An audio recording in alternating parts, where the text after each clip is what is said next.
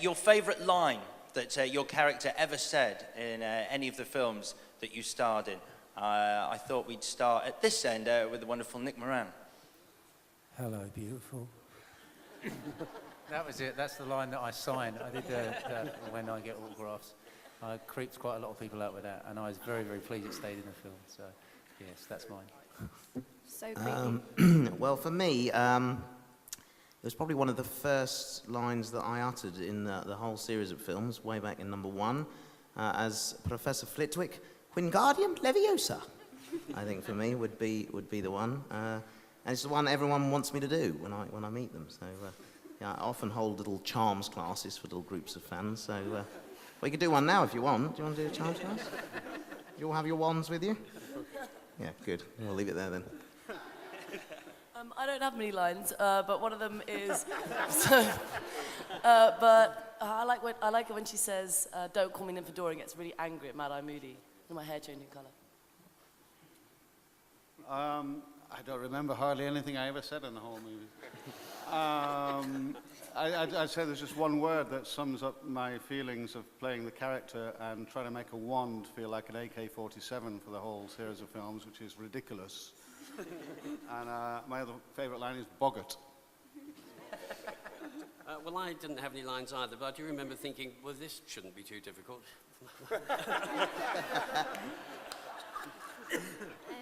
I don't know, I think all Luna's lines are sort of winners. She's always said something funny. But I like "You're just as sane as I am," because it just gives no comfort at all to whoever she says it to. My favourite line is actually one of Daniel's, because my first day's work, one of my first shots was walking away from Dumbledore's desk, and I said to Chris Columbus, "Oh, I'd really love an exit line." And he said, "Well, let's go again, we'll shoot something and just make something up." And we didn't tell Daniel, and who was only waist high, and I turned around to him, unexpectedly to him, and I said, "Let us hope Mr. Potter will always be around to save the day." And he looked up at me and he puffed his chest out and he said, "Don't worry, I will be." Which is pretty impressive for a 12-year-old, and he's stayed that impressive ever since. I think my favourite line that I got to say, which I haven't seen yet, so I hope it's still in, might be cut, so. is the moment that she stands up in the Forbidden Forest and says, "Dead." Yeah, we've all been blessed with some great lines, definitely. I thoroughly enjoyed Draco's line when he's being carried away after being attacked by Buckbeak. My father will hear about this. That's one of my, it's one of my favourites for sure. Producers don't have lines. Well, the only line that I can remember is, "I can touch you now." That's my favourite line. You made it in 1986, actually. My favourite line is, "I'm going to bed before either of you come up with another clever idea to get us killed, or worse, expelled." And I remember just getting so much joy out of saying that I think I would have been 11 or 12, and it just seemed like the wittiest, cleverest line, and yeah, it was great. Actually, when you said that, I still remembered the line that I say after that. She needs to sort her priorities. So, yeah. That just really just popped into my head. Yeah, it's hard to think of it. I don't know, it's all kind of a blur. I remember saying, I say bloody a lot. Now, I always got a thrill from saying bloody because it was kind of like a rude word. So, yeah.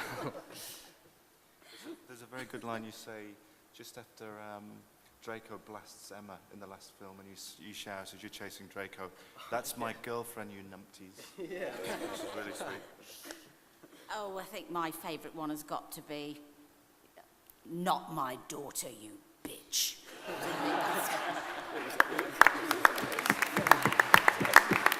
So incongruous. I couldn't believe Mrs. Weasley said it when I read it. I couldn't believe it, so it's fabulous to say. I guess my favourite was in Diagon Alley in the first one, saying, "You're Harry Potter. You're the one who got away from you know who." My second favourite was in a Bond movie where he stuck a 45 to my head, and I said, "Can't you just say hello like anybody else?" Well, I hardly ever knew my lines in the film anyway. But the ones I did remember.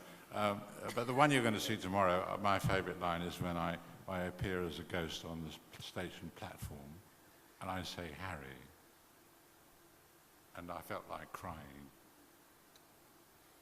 That's my favourite line. How do I follow that? I think it was just a line that really, for 10 years, really summed up Neville, and it was in number 2, and it was just when he's hanging from the chandelier and he says, "Why is it always me?" I probably have to choose my first ever line that actually wasn't in the script and only happened on the platform 9 3/4 with "Good luck to Harry."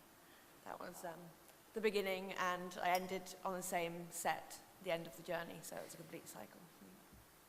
I've actually got 2. The first one would be in the first movie when I sounded like I'd just swallowed a load of helium and said, "Honestly, woman, you call yourself our mother." So I remember being really excited, because if I actually said that to my mum, I'd probably be ducking for a smack. So, and my second one would be "Mischief Managed," which I think sums up the characters pretty well. I think my favourite line would be in Deathly Hallows Part 1 when Harry and Ginny are just kissing, and George creeps right behind them and just goes, "Morning." It's probably the most uncomfortable moment, I think, for Harry to go through. Nat said she had no lines, and I've got fewer lines than Nat, so I don't know where that puts me. I'd say "Mad Eye's dead," and that was my dad, so that was good fun.